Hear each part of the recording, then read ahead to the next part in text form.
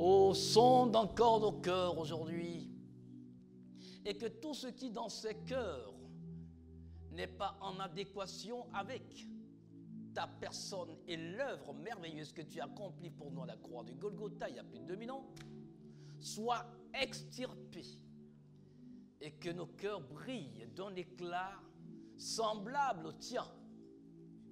Alors, nous pourrons dire, oui, nous sommes unis à Christ dans sa mort, dans son ensevelissement et dans sa résurrection. Et si nous vivons, ce n'est plus nous qui vivons, mais c'est le Christ vivant qui agit et reproduit sa vie en nous. Que la gloire lui soit donnée à tout jamais.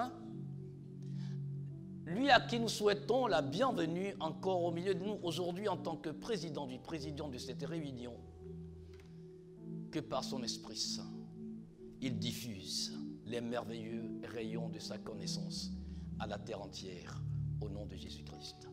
Amen. Veuillons nous asseoir, s'il vous plaît. Je nous souhaite la bienvenue dans le nom précieux, merveilleux de notre Seigneur Jésus-Christ. C'est toujours un plaisir de se retrouver entre frères et sœurs en Christ et d'avoir ce privilège de partager la parole de Dieu avec chacun d'entre nous.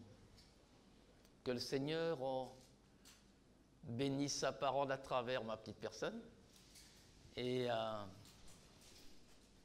que nos attentes soient toutes comblées au-delà de ce que nous pensons et demandons. Le Seigneur, l'Éternel, a un dessein parfait pour chaque vie. Ta vie n'est pas un hasard ou une succession d'événements hasardeux. Le Dieu qui a créé les cieux et la terre et tout ce qui s'y trouve, et qui t'a créé pour dominer, pour administrer la terre, a un plan pour ta vie avant même qu'il ait créé les cieux et la terre. Ce n'est pas après avoir créé les cieux et la terre que Dieu a pensé à toi. C'est parce qu'il avait pensé à toi qu'il a créé les cieux et la terre. Tu dois le savoir. Et cette réalité-là, les anges même le savent. C'est pour cela qu'ils sont à ton service à toi. S'ils sont à ton service, à mon service, par amour et par obéissance à Dieu, combien plus forte raison Dieu attend de nous qui portons son nom, de manifester cette obéissance en retour de son amour pour nous, pour que les anges puissent plonger aussi leur regard dans la beauté, dans la brillance de notre obéissance. Dieu t'aime d'un amour infini. Et c'est pour ça que son Fils, le Christ Jésus, qui a fini par devenir le premier-né d'entre un grand nombre de frères et de sœurs, soit le modèle auquel nous devons nous conformer. Par son modèle, il a dû tout sacrifier, renoncer à lui-même. Oh, c'est pour ça que lui-même, le Christ Jésus, quand il fut sur terre, qu'est-ce qu'il a dit? Que celui qui veut venir après moi renonce à lui-même. Oh, quelqu'un me posera la question, comment renoncer à moi-même? Tu as une volonté. Est-ce que tu peux sacrifier cette volonté pour que celle de Dieu s'accomplisse? Tu as des désirs, tu as des plans, tu as des projets, tu as des désirs. Mais est-ce que certains ou quelqu'un d'entre nous est prêt à sacrifier ce qu'il croit être tellement urgent et vital pour lui, pour que la volonté de Dieu s'accomplisse dans sa vie?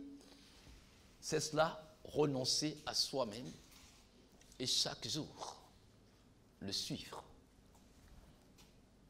C'est beau de chanter jusqu'au bout, je veux le suivre, dans les bons et les mauvais jours. À lui pour vivre et mourir, et pour l'éternité. Ce sont de bons cantiques que nous chantons. Mais ces cantiques sont des proclamations des fois aussi. Et ces cantiques nous rattraperont le jour du jugement. On nous les chantera tout le temps pour nous dire « Ah oui, tu as chanté ça combien de fois ?» On ne se rappelle pas, mais quand on sera là, le chiffre sera affiché. Mais le nombre de fois que je l'ai chanté, est-ce que je l'ai vécu? Grande question. Quelqu'un répondra « Oh, par sa grâce !» Oui, la grâce. J'adore ça. Ah oui, sans la grâce, personne ne tiendrait 24 heures dans le Christ Jésus. Hein? Ça, il faut le reconnaître. Et nous allons magnifier cette grâce qui nous a sortis des ténèbres à son admirable lumière, comme il a fait pour Ézéchiel, lorsqu'il lui a donné de voir certaines choses. Il lui a donné une série de visions. Dans les 48 chapitres du livre d'Ézéchiel, ce sont des séries de visions que Dieu a données à Jérémie, des visions sur la fin des temps, sur ce que sera notre monde et après le monde, le règne de Christ. C'est pour cela que vous allez voir que certains passages d'Ézéchiel coïncident bien avec le passage de l'Apocalypse, les passages de l'Apocalypse dans la vision que Dieu a donnée aussi à l'apôtre Jean dans l'Apocalypse sur l'île de Patmos. Alors, nous allons dans Ézéchiel chapitre 1er, les versets 4 à 6, il dit « Je regardais, et voici, il vent du septentrion un vent impétueux, une grosse nuée et une gerbe de feu, qui répandait de tous côtés une lumière éclatante au centre de laquelle brillait comme de l'airain poli sortant du milieu du feu. Au centre encore apparaissaient 4 animaux dont l'aspect avait une ressemblance humaine. Chacun d'eux avait 4 faces et chacun avait 4 ailes.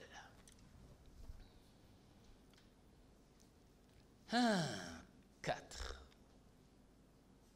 Quel symbole. 4 animaux, 4 faces, 4 ailes. Ouais. Nous allons nous pencher un tout petit peu sur la symbolique de ce chiffre 4. Le symbole du nombre 4 dans cette vision, et nous évoluerons vivement que le Seigneur Jésus-Christ, par son Esprit Saint, nous donne de comprendre ce qu'il veut nous communiquer aujourd'hui. 4, en tant que chiffre, en tant que nombre, est le symbole de tout ce que Dieu a créé dans les cieux, sur la terre. C'est le résumé de l'univers. Le ciel, la terre, toutes les sources de lumière et toutes les sources des eaux.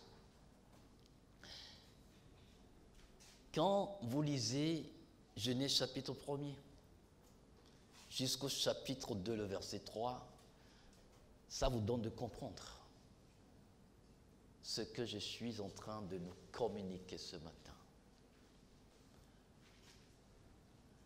Le message de Dieu est pour l'humanité tout entière. Le plan de Dieu est pour l'humanité tout entière. Ceux qui sont dans les cieux ont déjà leur part de gloire. Mais vous et moi qui sommes sur terre, nous devons comprendre que nous ne sommes pas encore arrivés et focaliser notre attention sur cette éternité. 4 renvoie à l'œuvre merveilleuse de la croix. Quand vous prenez la croix, j'ai affiché la croix au début, la croix comporte 4 parties. pour ne pas dire 4 points ou 4 côtés. Sur la verticale, le haut et le bas, et sur l'horizontale, la gauche et la droite. Et ces 4 en tant que chiffre, en tant que nombre, renvoient à l'universalité de l'œuvre de Christ. Ce qui fait que ma responsabilité, ta responsabilité, c'est que tous les hommes soient sauvés et parviennent à la connaissance de la vérité. Parce que le sang qui a été versé, ce jour-là, l'est pour l'humanité entière. Cet amour ne fait pas d'acception, elle ne fait pas de quartier.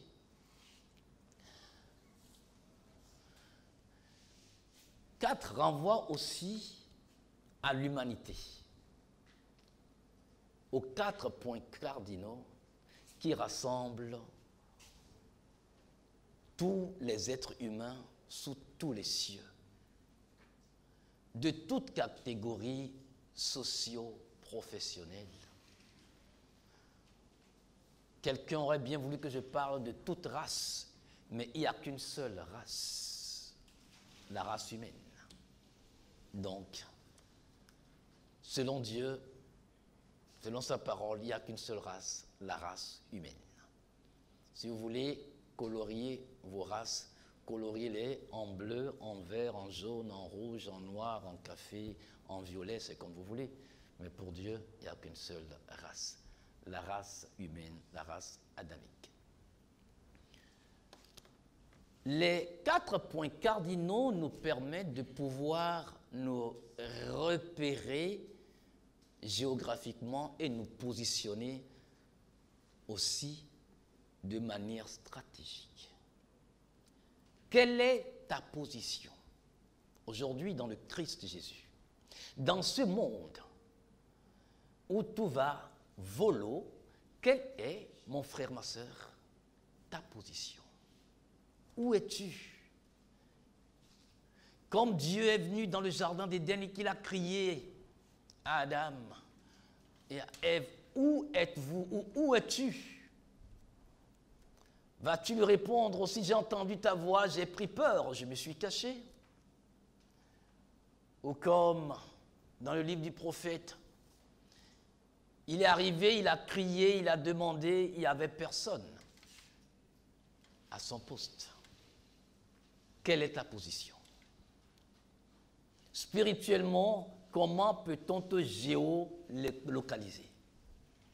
Quelle est ta position géolocalisable sur le plan spirituel? Où en es-tu dans ta relation avec Dieu? Où en suis-je dans ma relation avec Dieu aujourd'hui? À quel niveau? À quel degré? Parce qu'en tant que chrétien, je dois être géolocalisable spirituellement. À la manière dont j'ai commencé ma marche avec le Seigneur depuis le 1er janvier, à la date d'aujourd'hui, est-ce que je suis spirituellement bien positionné? Quelle est ma position? À quelque endroit du monde ou à quelque endroit de ce pays où je me trouve, quelle est ma position? Si Dieu doit me géolocaliser.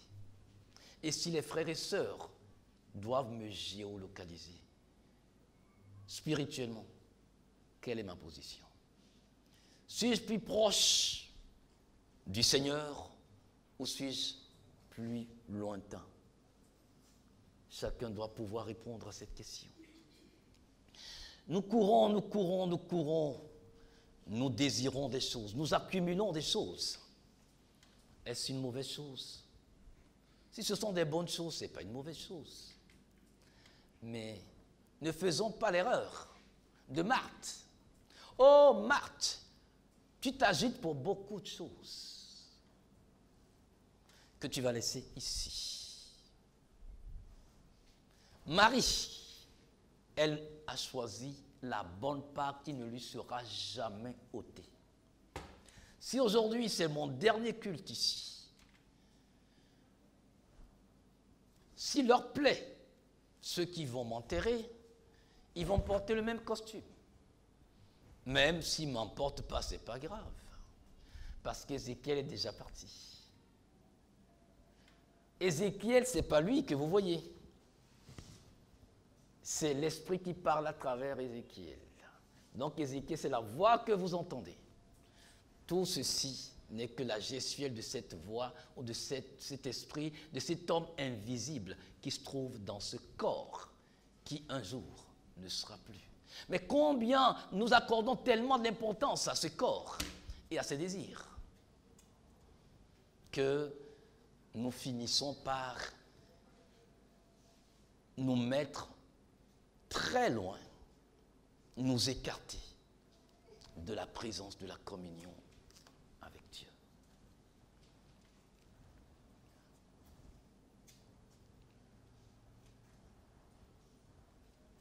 Quatre renvoie aux 4 évangiles.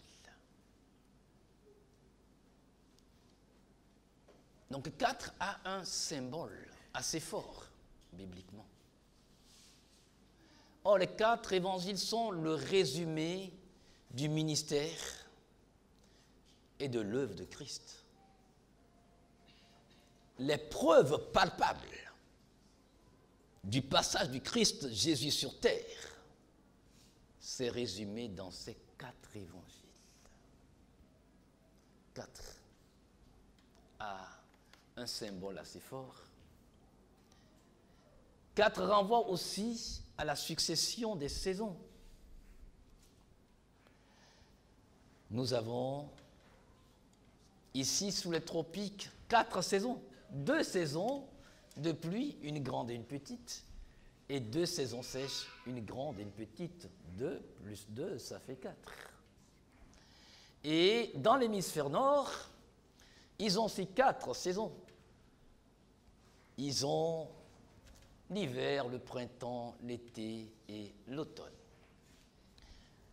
Aujourd'hui, le Seigneur nous amène à comprendre l'alternance des saisons dans nos vies. Chaque jour est une saison que Dieu donne à chacun d'entre nous. Et à chaque saison, nous semons et nous moissonnons. Aujourd'hui est une saison. Chaque jour compte 24 heures. Et chaque heure est une saison que Dieu te donne, une occasion de semer ou de moissonner, de proclamer ou de subir, de planter, de semer, d'arracher, de couper. Le choix t'appartient parce que tu es une personne responsable.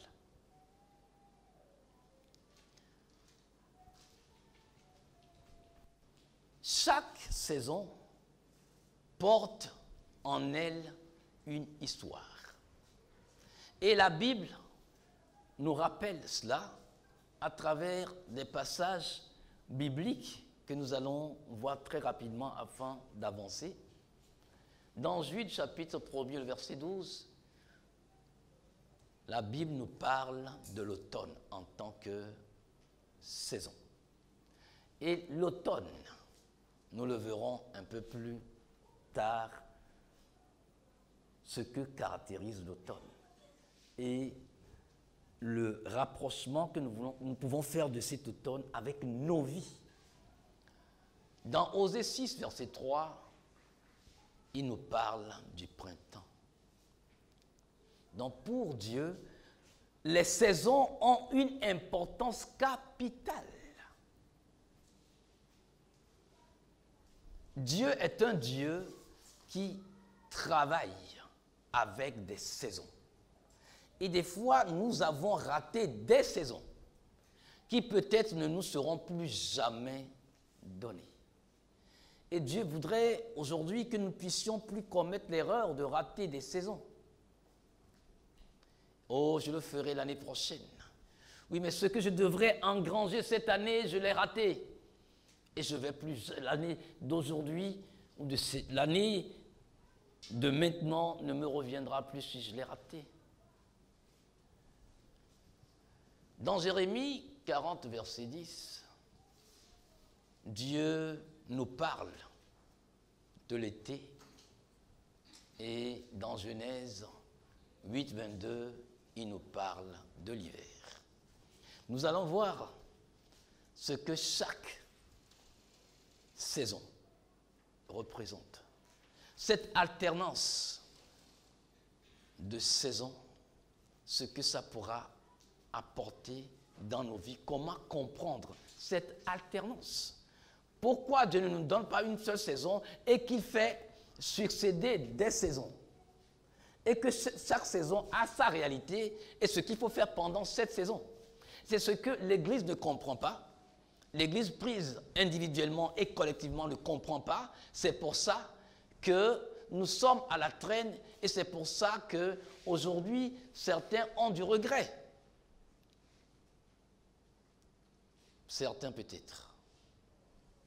La position que nous occupons sur le plan social ou professionnel aurait été meilleure si nous n'avions pas raté une classe. Certains l'ont raté par maladie, ça c'est indépendant de leur volonté. Certains l'ont raté par paresse, parce qu'ils n'ont pas appris leur leçon. C'est une saison. Chaque étape de la vie est une saison. Il y a l'enfance, il y a l'adolescence, il y a ce qu'on appelle le deuxième âge, c'est-à-dire l'âge adulte, et il y a le troisième âge, la vieillesse. Or, l'enfance et le troisième âge, ce sont des périodes où on ne peut que apprendre et observer. Un enfant ne peut que apprendre et observer. Un vieillard n'a plus la force pour agir. Donc nous n'avons que l'adolescence et le deuxième âge. Mais pendant tout ce temps, qu'est-ce que nous en faisons? Qu'est-ce que nous faisons quand nous avons encore notre vigueur?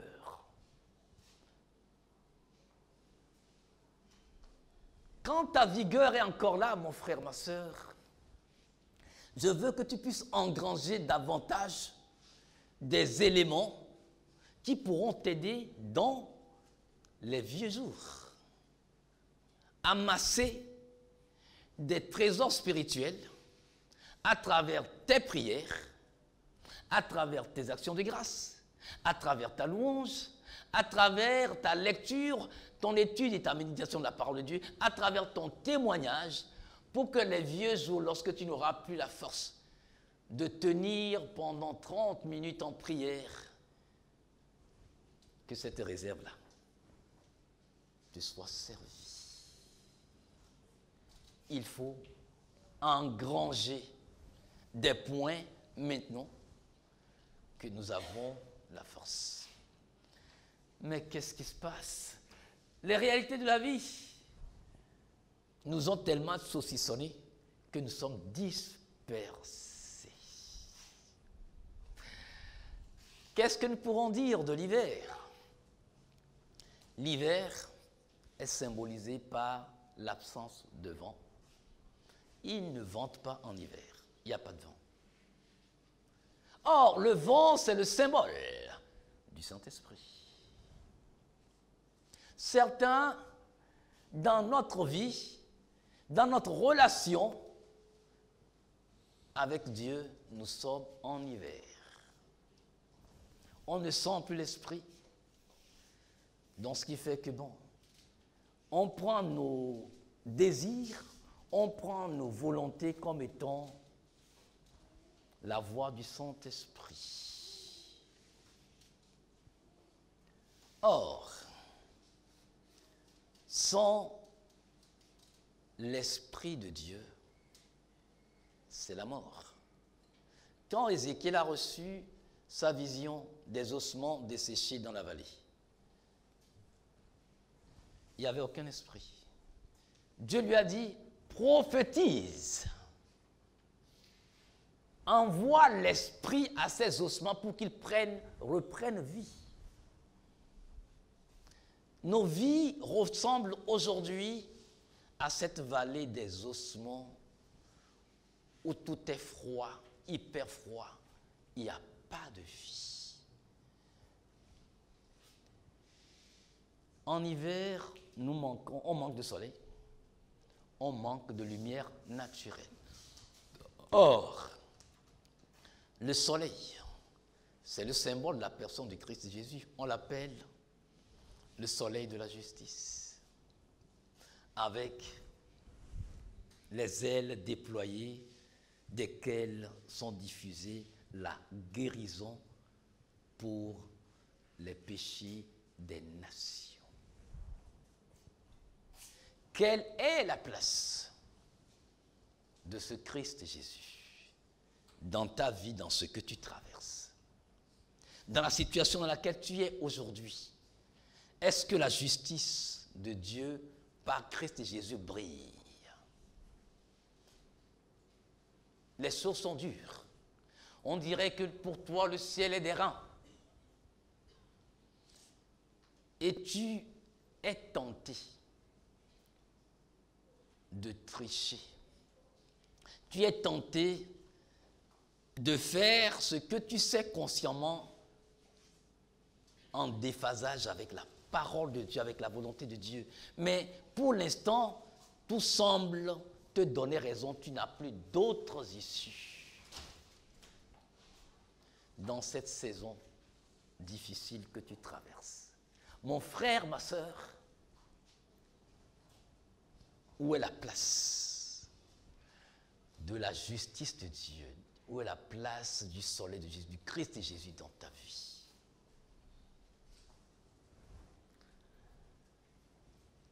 Il dit que je suis la lumière du monde. Tu es la lumière du monde parce que lui-même, il est la lumière.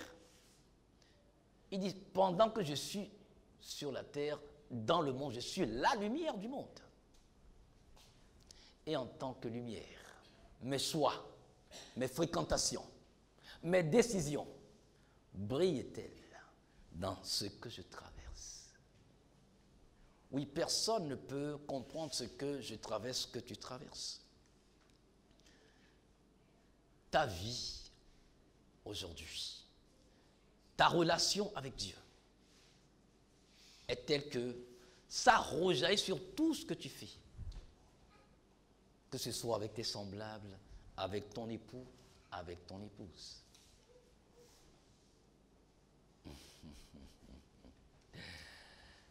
Vous savez, en hiver, il y a tellement de prolifération de maladies. L'humidité, le fait qu'il ne vente pas, la fraîcheur extrême est un terreau fertile pour la propagation de certaines maladies que sont le rhume, la grippe et tout ce que vous voulez. Et on n'a plus d'entrain, on n'a plus de motivation pour quoi que ce soit. Tu veux prier, tu n'arrives pas.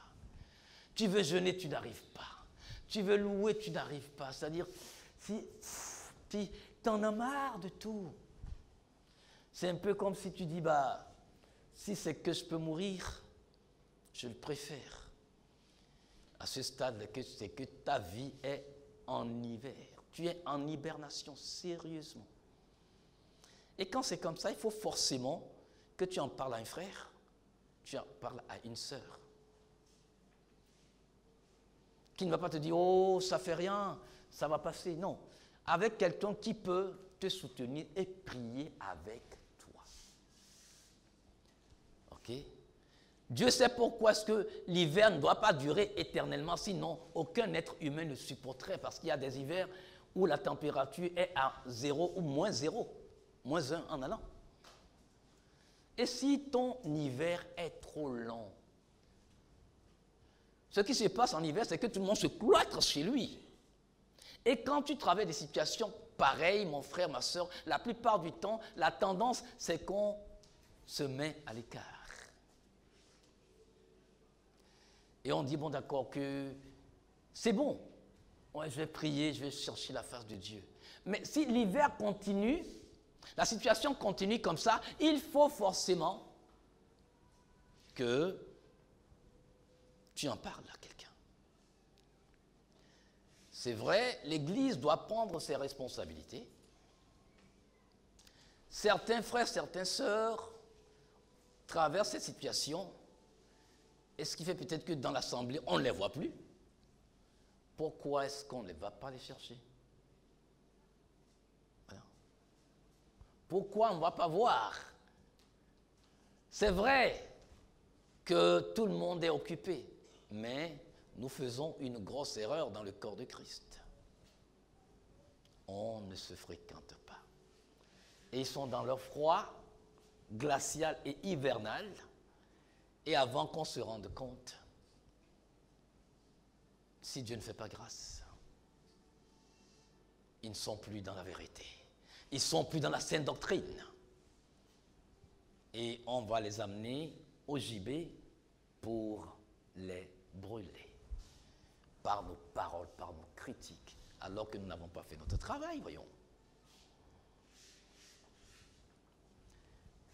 Je parlais du manque d'entrain, du manque de motivation.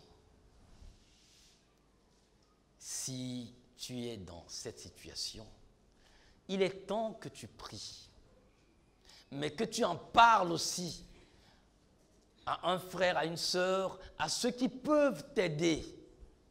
Des fois, ce sont des problèmes qui ne sont pas forcément spirituels au début, mais qui, t'ayant assailli, affectent ta relation avec Dieu. Ça peut être un problème d'ordre financier, d'ordre professionnel, d'ordre sentimental dans le foyer, tout. Et quand ça se passe comme ça, si on n'en parle pas, c'est grave. Et il faut forcément sortir rapidement de cette situation parce qu'il faut crier à Dieu pour qu'il fasse venir le printemps.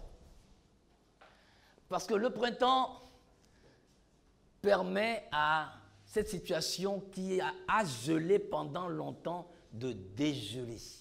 C'est la fonte des neiges pour ceux qui connaissent les réalités de l'hémisphère nord. Pendant le printemps, le soleil reprend le dessus et les neiges se fondent.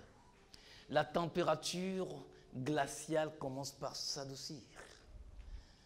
Tu as besoin que Dieu intervienne et qu'il dégèle la situation. Tu as trop végété dans cette situation.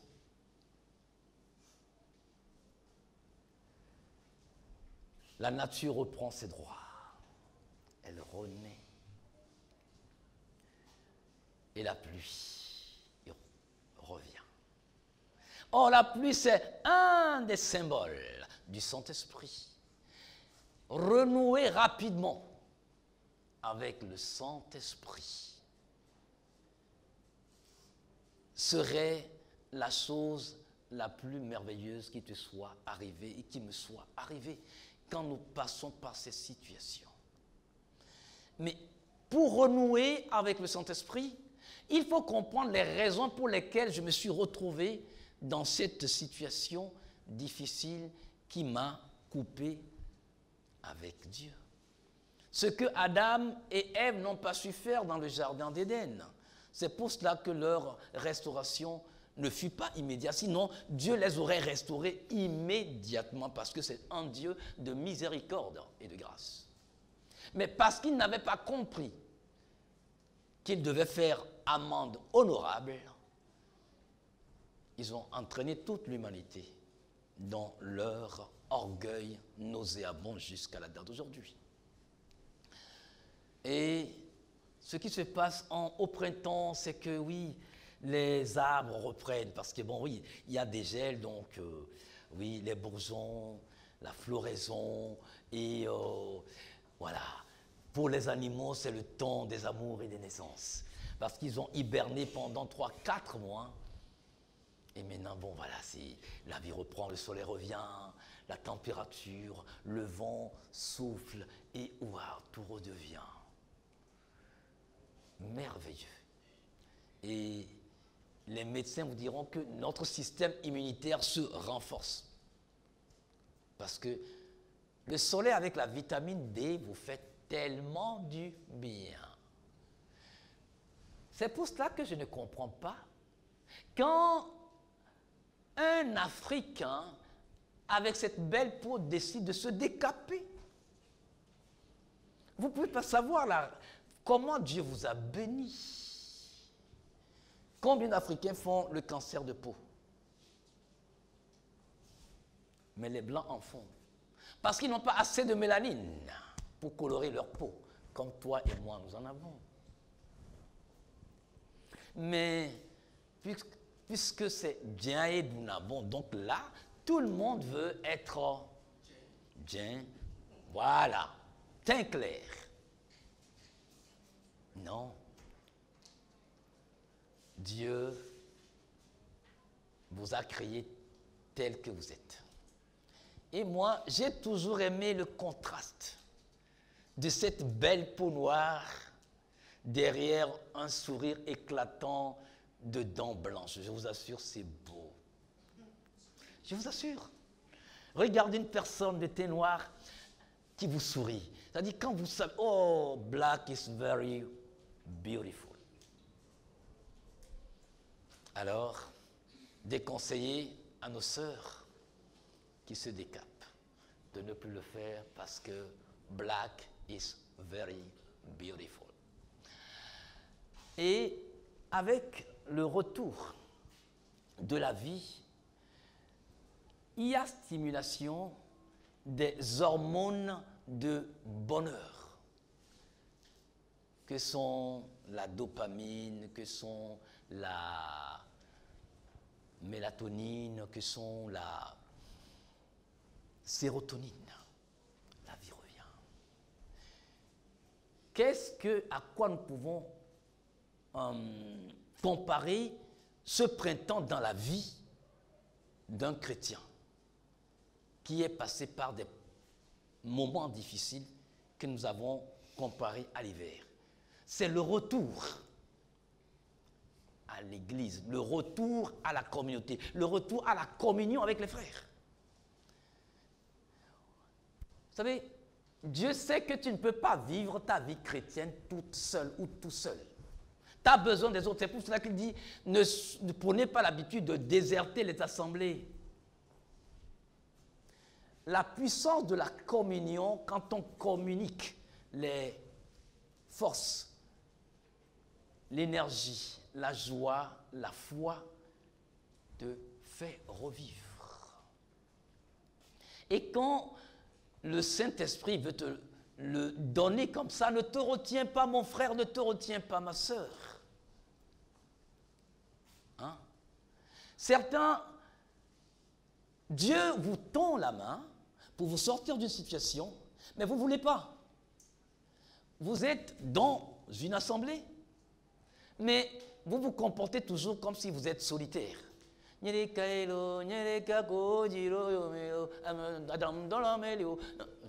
quoi tout ça? Comment tu peux être entouré et chanter encore?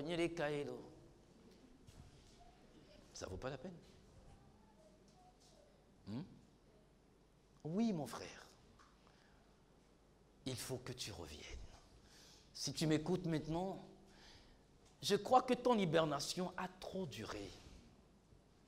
Reviens, on va se communiquer. La vie, la chaleur, l'espérance. C'est hyper important. Et dans nos vies de couple aussi, cette réalité est plus vivace. Nous vivons ces réalités dans les relations de couple. Attention, l'hiver ne fait du bien à personne dans un couple. Et si votre couple se retrouve en hiver et que vous ne pensez pas régler le problème qui est à la base de cet hiver rapidement pour vous projeter dans le printemps, votre couple souffre sérieusement et vous risquez de devenir des hypocrites, puisque vous savez qu'en Christ, on ne peut pas divorcer. Donc vous êtes là, en tant que frère et sœur dans le couple. Vous êtes là en tant que colocataire dans le couple. Et certains couples traversent ça depuis, malheureusement, des années. Pour ne pas dire depuis des mois, au minimum. Pourquoi il ne faut pas en parler? Pourquoi il ne faut pas en parler? Si Dieu permet qu'il y a alternance des saisons, c'est pour une raison. Dieu nous appelle pas à vivre le printemps, mais à vivre plutôt l'été. C'est l'été qui est la meilleure saison de toute une année. Parce que c'est là le règne du soleil. Et pendant l'été, c'est d'ailleurs la période des moissons. Il y a tellement en abondance. La joie est là. C'est bon le printemps. D'accord? Mais le printemps ne fait que te préparer à rentrer dans l'été. Parce que lors du printemps, il y a semences.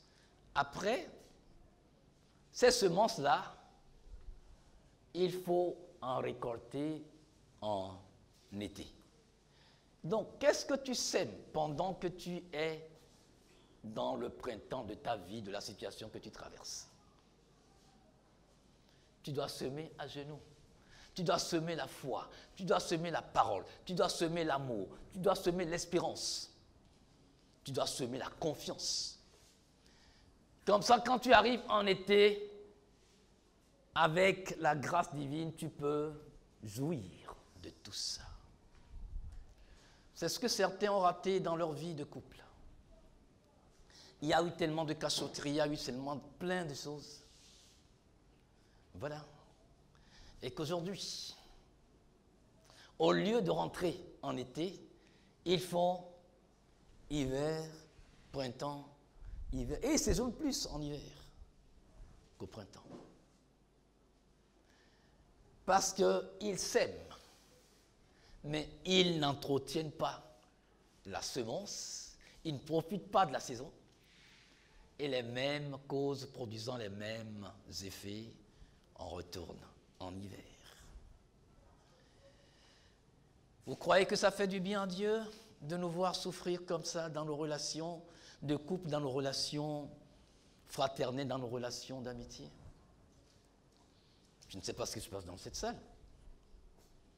Mais est-ce que certains ne sont pas en relation glaciale, pour ne pas dire relation hivernale, les uns avec les autres? Trouvez ça normal? Quand viendra la fonte de votre neige? Le soleil de la justice avec la guérison dans les ailes, le Seigneur Jésus-Christ vous lance un appel aujourd'hui pour vous dire: je suis celui qui fait fondre la glace qui s'est installée entre vous. Faites la paix. Parce qu'il est le prince de paix. Savoir semer la bonne semence pour récolter la bonne récolte. Je disais que l'été est la période la plus agréable de l'année. Vous savez, il arrive des moments où, dans votre relation avec Dieu, vous êtes au 7e ciel, comme on le dit. C'est tellement beau. Pourquoi est-ce que c'est difficile pour les gens de quitter l'été, c'est-à-dire que les vacances finissent? Parce que des moments agréables comme ça, on veut les garder pour longtemps. Il y a des jours où tu dis: waouh, des semaines, mais tu es là, tu lis la parole, le Saint-Esprit t'enseigne, il te conduit, tu fais la loi, tu es tellement, waouh, tu as l'impression que ça ne doit plus finir.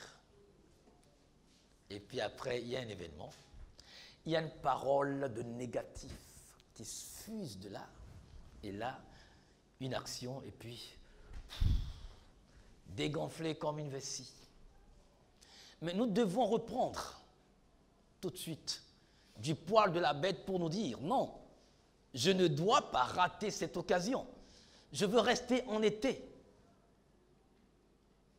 Je ne veux pas vivre la mélancolie de l'automne. Je veux rester en été.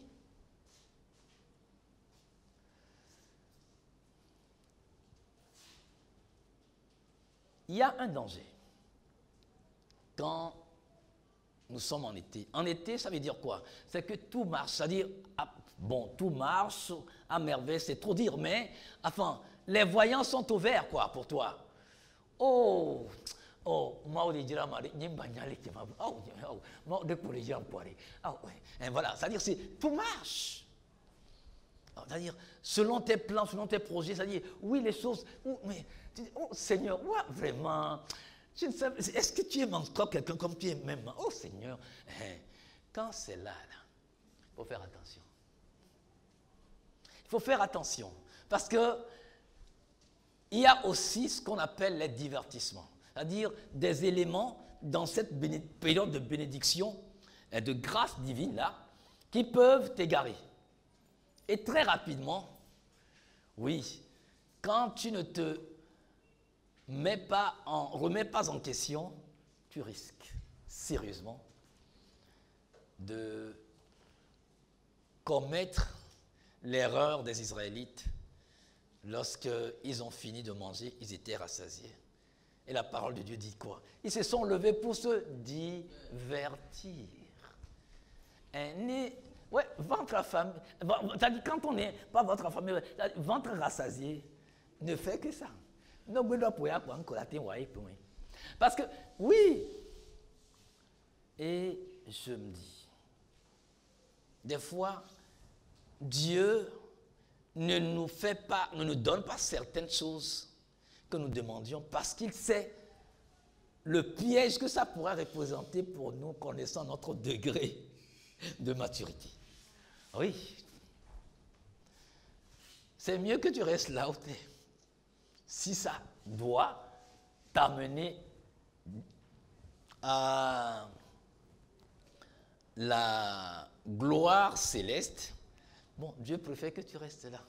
Plutôt que de te lever, que cette élévation. Ouais.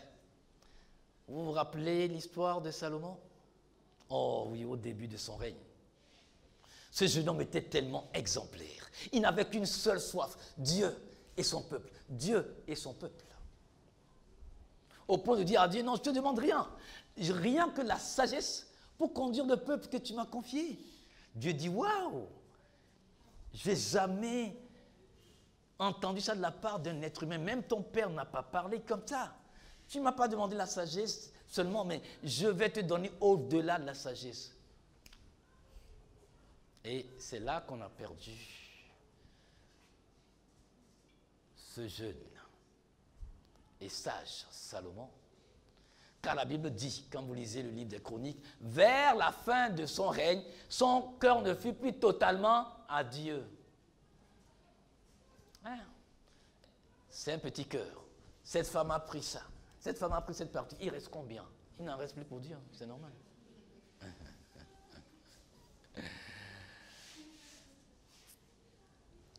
Quand les choses marchent bien, c'est-à-dire quand nous sommes dans notre saison d'été, notre saison estivale, il y a une joie aussi trompeuse. Oui. Il y a des éléments assez subtils. Oui. Et des fois, c'est aujourd'hui, si tu n'as pas beaucoup d'argent et que tu veux te lancer dans un projet, on prend beaucoup de temps pour cogiter. On prie, même on... Oh Dieu. Parce que si tu sais que si tu rates là, c'est que... Oui, c'est... Mais quand il y en a... Oh, il n'y a pas de problème. Des fois, bon, c'est dit, c'est... Oh Seigneur, je crois que c'est le Saint-Esprit qui me met ça à cœur. Je vais le faire. C'est pour cela que je parle de joie euphorique qui peuvent égarer beaucoup de gens. Pendant l'été, il y a le jour qui est plus long que la nuit. Or, la parole de Dieu nous demande de marcher en plein jour dans l'intégrité. Est-ce que dans l'abondance, je suis encore, dans les bénédictions, là, je suis encore intègre? L'intégrité voudrait que mon oui soit oui, que mon non soit non. Que je sois droit dans mes bottes de la foi. Mais est-ce qu'on écoute encore Dieu quand tout va bien? Puisque quand tout va bien, même on oublie de jeûner. Oh Seigneur, je te bénis pour ce que tu es le Dieu bienfaisant. Non Seigneur, accompagne-moi seulement. Accompagne-moi seulement. L'été. Je ne sais pas si c'est l'été indien ou c'est l'été togolais, mais c'est comme vous voulez. Tout marche bien. Donc là, oui, on oublie même les fondements de la foi, les fondements de la fidélité, les fondements de... Oui, mais... Oui, non. S'il vous plaît, je nous en supplie. Le Seigneur veut l'élargissement pour tous. Mais, si cette bénédiction doit être un piège pour quelqu'un, je préfère que le Seigneur nous maintienne là où nous sommes. Et l'agneau alors? Oui, parce que nous devons aller au ciel. Moi, je dois aller au ciel. Sinon, à la manière dont j'ai traité Satan et son nom, ce ne serait pas une bonne chose pour moi que je me retrouve là-bas. Non. Je ne sais pas ce qu'il en est pour vous, mais Satan me cherche. Il m'attend tellement au carrefour que la moindre erreur, si je me retrouve dans son camp, je crois qu'il me fera voir toute la misère de l'enfer. Donc, il n'est pas bon pour moi que je sois là-bas. Donc, si l'élargissement, la croissance sur le plan matrimonial, sur le plan financier, sur le plan ministériel, doit m'éloigner du chemin qui me mène vers la vie éternelle, je préfère rester là où je suis, dans ma condition modeste, pour que je comprenne que, Seigneur, je m'accroche à toi. Hein? Quelqu'un a chanté, mais là, Sina Yesu, miel zonzon. Oui, je veux avoir mes mains dans sa main et qu'il me conduise, même dans l'abondance. C'est ce que j'ai vu quand j'ai étudié la vie de Job. Job était un homme plein aux as, mais il dépendait de Dieu en toutes choses. Abraham a été la même personne. Abraham aussi, Dieu l'a béni, mais il était dépendant de Dieu. La seule fois qu'il a commis l'erreur, c'est d'avoir écouté les murmures incessants de son épouse en allant vers Agar, notre grand-mère égyptienne africaine. Sinon, il était dépendant de Dieu. Quand les choses marchent bien, est-ce que je suis dépendant de Dieu? Est-ce que tu es dépendant de Dieu? Dans ton été, oui, les examens, les enfants réussissent, au boulot, il y a la promotion, dans le foyer, il y a l'harmonie, sur le travail, bon, écoutez, ici, ben ouais, mais les projets réussissent, on a acheté une deuxième voiture, on a construit une troisième maison, mais tout va bien. On a acquis encore des terrains. Et dans cet été-là, quelle est la place de Dieu?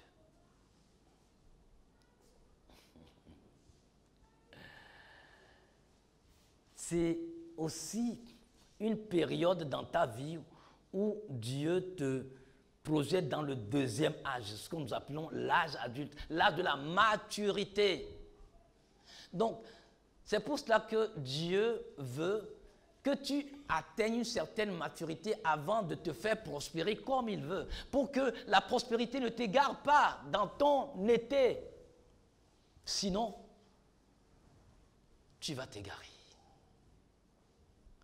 N'a-t-il pas dit, le Seigneur Jésus-Christ, qu'il ne faut pas donner des choses précieuses aux pourceaux? Les enfants ne connaissent pas la valeur de l'or, du diamant. Or, malheureusement, certains chrétiens, vous voulez, nous voulons, mais Dieu dit, non, écoute, tu ne connais, je sais que ça va t'égarer. Tu ne feras que regarder ça tout le temps maintenant. Comme avec nos portables, surtout quand les jeunes vous leur offrez un iPhone. Le dernier modèle, c'est quoi? Allez, aidez-moi. Hein? 16, iPhone 16, voilà. Ok, moi je veux le 17. D'accord, ils sont déçus. C'est-à-dire, ils ne rêvent que ça. Il va se réveiller la nuit pour faire pipi, c'est-à-dire il revient dessus.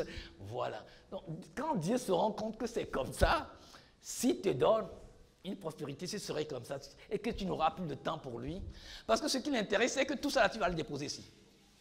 Mais qu'est-ce qui reste avec quoi tu vas de l'autre côté? C'est pour cela qu'il temporise. Pas qu'il ne t'aime pas qu'il n'entend pas. Hein. Il entend, il t'aime. Mais il temporise jusqu'à ce que tu comprennes. Et que tu aies acquis la pleine possession de tes capacités. Malheureusement, comme je l'ai dit, l'été, le bonheur là, que ce soit dans le couple, que ce soit dans d'autres domaines, ne dure pas indéfiniment. Pourquoi? Parce que nous manquons d'attention, c'est ce que j'ai dit. C'est-à-dire, le manque d'attention fait que tout de suite, tu vas basculer dans la saison de l'automne. Or, en automne, qu'est-ce qui se passe? C'est ce que nous appelons la sénescence, c'est-à-dire les feuilles des arbres commencent par perdre leur fonction chlorophyllienne et les feuilles ne sont plus vertes, elles passent du doré à l'oranger au rouge.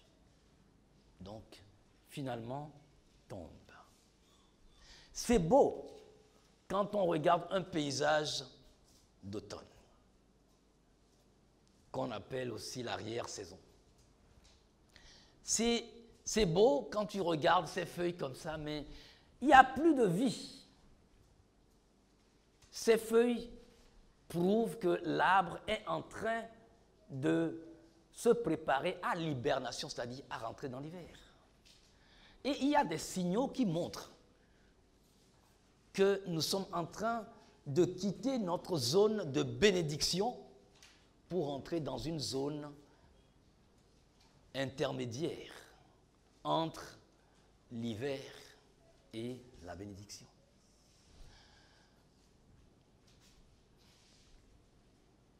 Qu'est-ce qui se passe dans cette période, dans ces périodes-là?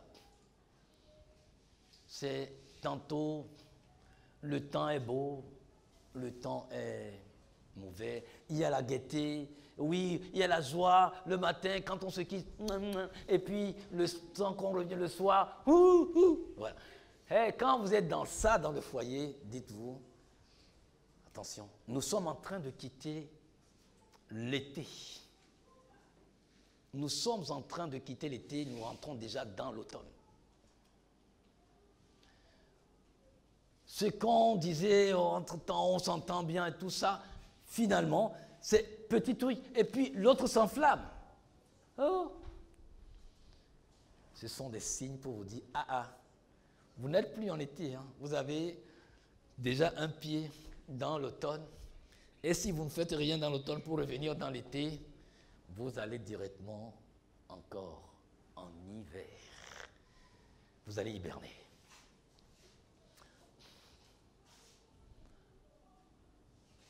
Il y a moins de chaleur, moins d'affection. Des fois, c'est indépendant de notre volonté. Parce que tu traverses une situation qui fait que tu n'as plus cette joie-là. Mais si ton frère, ta soeur, ton époux, ton épouse ne comprend pas et que tu ne partages pas, il ne peut pas savoir pourquoi tu as perdu ton humeur. Quand on te pose la question, tu dis « Oh non, non, ça va. » Oui, ça va. Vous savez, je préfère ceux qui bavardent. Dites, oui, je préfère ça. Oh, et pour regarder. Mais c'est mieux. Quand la personne est comme ça, quand ça ne va pas, elle va en parler. Mais si la personne ne parle pas, Tassim là. Oui, mais parce que nous sommes en danger là, on est tous sur le même bateau là, surtout dans la vie de l'Église. Dans la vie. Oui, mais mêle-toi de ceux qui te regardent. Non, je voudrais juste... Parce que ton sourire n'est pas là. C'est vrai, moi, vous me connaissez. Si je suis de mauvaise humeur, vous devez le savoir rapidement. Parce que je suis quelqu'un... saute sur tout le monde, je fais des accolades et tout. Bon, mais une personne qui n'est pas comme moi, parce que tout le monde n'est pas branché à 220 volts comme moi, je suis branché à 220 volts. Bon, alors, comment vous le sauriez? Donc, c'est ce qui fait que pour certains... Je vous encourage, quand ça ne va pas, ayez au moins un confident dans votre vie. Certains n'ont pas de confident. Comment tu peux être une personne et dans le corps de Christ en plus et que tu dises que tu n'as pas de confident? Tu ne peux pas supporter. Il y a certaines choses, tu ne peux pas les supporter seul, c'est trop pour toi. Et tu vas t'écrouler. Tu feras un burn-out. Oui. Prie et demande à Dieu à qui peut être ton confident. Oui. Pour supporter avec toi, pour porter le poids avec toi. Tu ne peux pas être là à te morfondre, à pleurer dans ton coin. Et non, s'il vous plaît. Et en automne, bon, on a une certaine tristesse. C'est plus vraiment ça. C'est plus vraiment ça.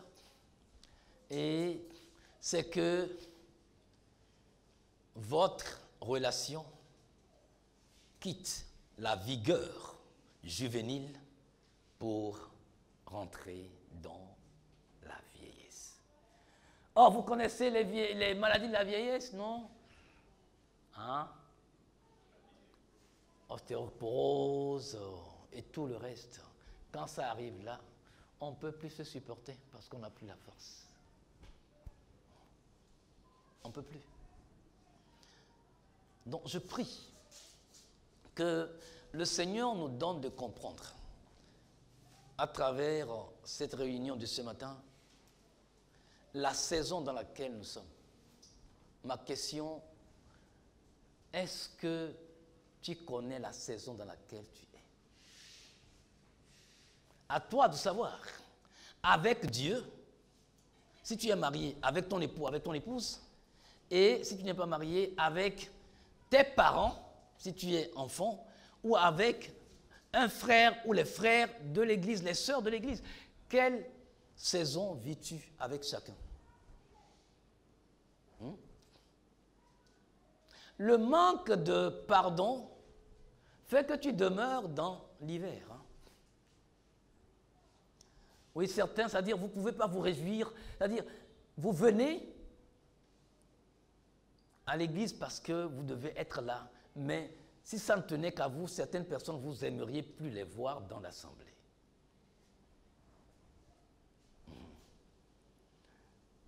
Tu t'es hiberné. Tu vas commencer par mourir petit à petit. Je ne sais pas. Peut-être certains vont dire, si c'est Ézéchiel qui prêche, je ne viens pas. Si c'est Didier qui prêche, je ne viens pas. Si c'est Thomas qui prêche, je ne viens pas. Si c'est Arnold qui prêche, je ne viens pas. Si c'est Aimé, je ne viens pas. Donc, il y a ce que le Saint-Esprit reprochait à l'Église à l'époque, je suis de Paul, je suis de Apollos. Mais est-ce que c'est normal dans le corps de Christ? J'ai mon style, il a son style, il a son style. Oui. Je ne vais pas prêcher comme Didier. Je ne vais pas prêcher comme... Et même papa ne va pas prêcher comme moi. Thomas ne va pas prêcher comme le frère Arnold. Chacun a le don que Dieu lui a donné et qu'il déploie. Si nous tous nous faisons la même chose, où se trouve l'harmonie et la diversité? Dieu est un Dieu de diversité. C'est pour cela que d'ailleurs le conseil divin est composé du Père, du Fils et du Saint-Esprit. Et s'il faut rajouter les 24 vieillards, les 4 êtres vivants qui sont autour du trône et puis les myriades d'anges, Dieu est un Dieu de diversité. Et dans l'angélologie aussi, il y a des catégories. Il y a des grades. Donc Dieu est un Dieu de diversité. Donc l'autre ne peut pas être comme tu veux qu'il soit. Puisque toi-même, tu n'es pas comme Dieu veut que tu sois. Pourquoi veux-tu changer l'autre? Pourquoi veux-tu changer l'autre? Je ne vais pas te changer, tu ne peux pas me changer. À la rigueur, tu demandes la grâce de supporter l'autre. C'est tout. Parce que sinon, ce serait peine perdue. Et il n'y a pas d'assemblée parfaite. Si tu quittes ici, que tu vas ailleurs. Ce sont toujours les mêmes êtres humains avec les mêmes réalités. Donc, je vais en fier quoi. Et you know.